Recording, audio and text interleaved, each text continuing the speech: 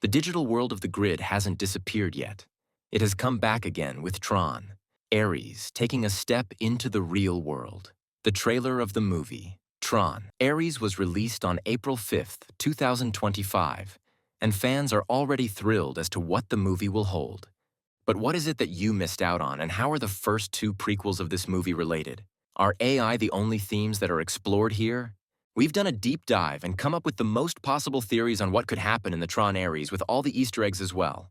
So stay tuned. Let's start things off with the trailer that introduces Aries, a digital being taking over the real world. Buildings are falling apart. Everyone slips into chaos as if they are not going to survive any longer. But before we dive into talking about TRON Ares, you should know about the prequels of this movie, so that we can draw many parallels from the older films and predict what the upcoming movie holds. For those who don't know, the TRON franchise is a Disney film series and was one of the first film series to explore the concept of human and technology interaction. It could be said that it's made with cyberpunk and digital themes while also blending philosophical themes. The first of this series includes the movie TRON, and it was released in 1982. The movie is about Kevin Flynn, played by Jeff Bridges. Kevin Flynn is a computer programmer. There, he's pulled into a digital world called the Grid. Inside, he teams up with a security program named TRON to battle the oppressive Master Control Program, or the MCP. Together, they fight to restore freedom within the system and return Flynn to the real world. The movie was revolutionary for its time and was received with a lot of love worldwide.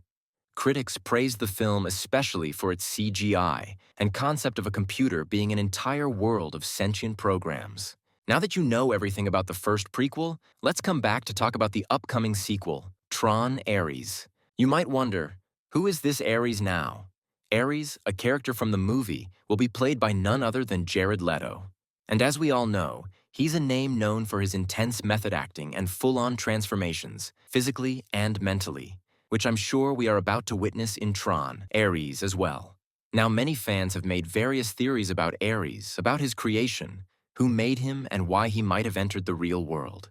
So let's address the biggest elephant in the room, which is, who made Ares and why did he enter the real world?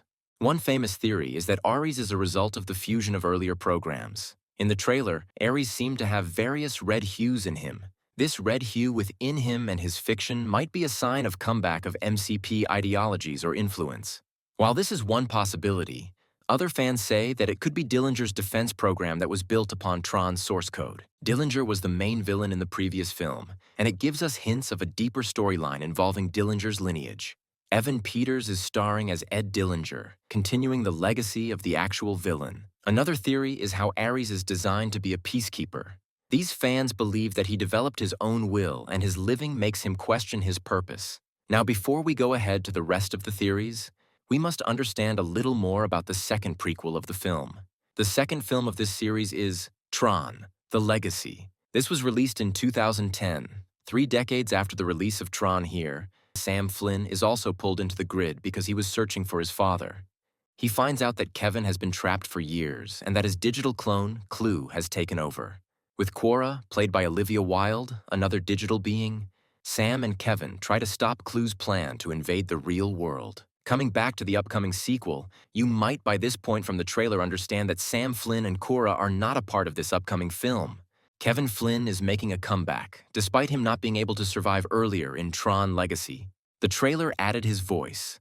This suggests that his influence is still present. Many fans are thinking about whether this will make any difference in the narrative. Is the film trying to reset the franchise? Well, many critics believe that the upcoming movie might introduce new themes that weren't present in the prequels before.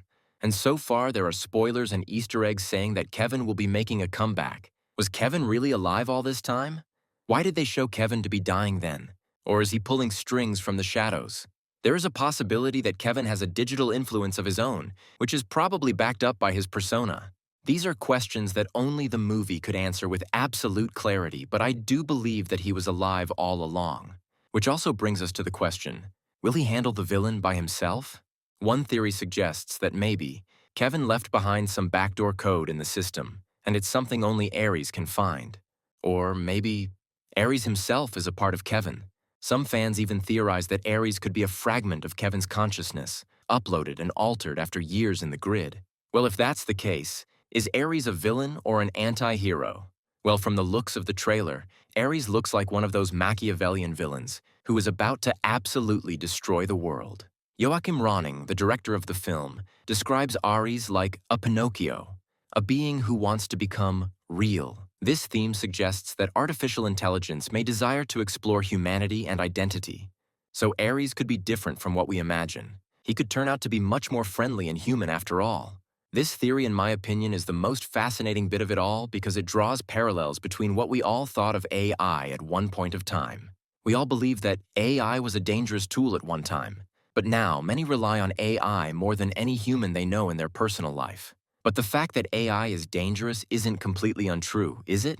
This portrayal could be a win for people who are against AI and virtual reality.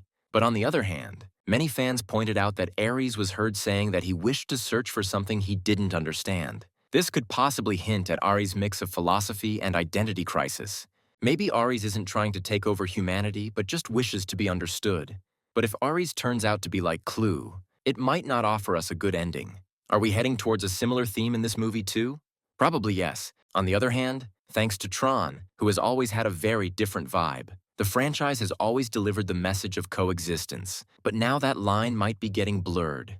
We need to definitely rethink whether Tron Ares is going to have a happy ending, because the trailer conveyed something else.